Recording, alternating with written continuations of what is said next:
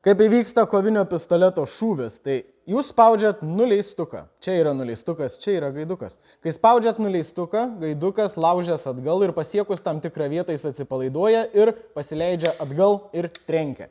Trenkia jisai į spinos galą. Spinos gale yra toks taškiukas, kurį galima nuspausti šitą vietą, ją galima spaudinėti. Pabandykim parodyti kitą pusę.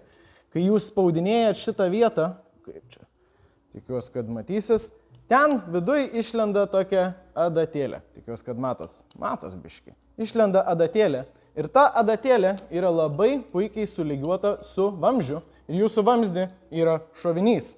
Šovinys nori, kad jūs trenktumėt iš kažko į tą apatinę dalį, kuri vadinas kapsulė. Ir kai gaidukas trenkėsi šitą dalį ir čia išlenda ta adatėlė trenkės į šovinio dugną ir įskelia kapsulę. Kapsulė padaro degimo reakciją ir tai uždega visą likusį paraką ir tada per vamzdį išskrenda kulka.